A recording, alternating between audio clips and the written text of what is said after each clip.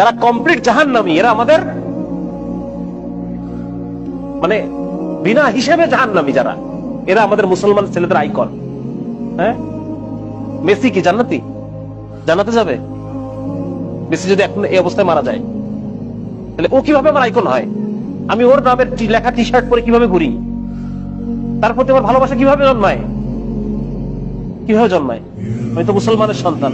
আমার আইডল হওয়ার কথা ছিল মুহাম্মদুর রাসূলুল্লাহ সাল্লাল্লাহু আলাইহি ওয়াসাল্লাম। আমার আইডল হওয়ার কথা ছিল আবু বকর, ওমর, খালিদ ইবনে ওয়ালিদ, মুহাম্মদ বিন কাসিম, হ্যাঁ, মাহমুদ গজনবী, এরা আমাদের আইডল হওয়ার কথা ছিল। আজকে আমাদের আইডল কারা?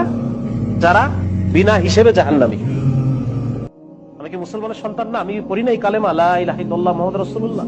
তাহলে এই ধরনের যারা আল্লাহকে অস্বীকার করে, যারা শিরকে নিমজ্জিত, কুফরে নিমজ্জিত, জিনার মধ্যে নিমজ্জিত, এই মানুষগুলো কিভাবে আমার আইকন হয়?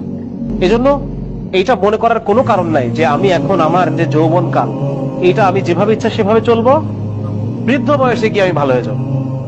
এটা যদি আমি মনে করি, আমি অনেক বড় ভুল করলাম। আমাকে এই দুনিয়া থেকে যে কোনো সময় চলে যাওয়া লাগবে। আমি যে কোনো সময় এই দুনিয়া থেকে যে কোনো সময় চলে যাবো। আর এখন মৃত্যু হওয়া মানে এখনই আমার আখিরাত শুরু হয়ে গেছে। বুঝা গেছে? এখনই আমার কবর, হাসর, মিজান, আমার আখিরাত শুরু হয়ে গেছে।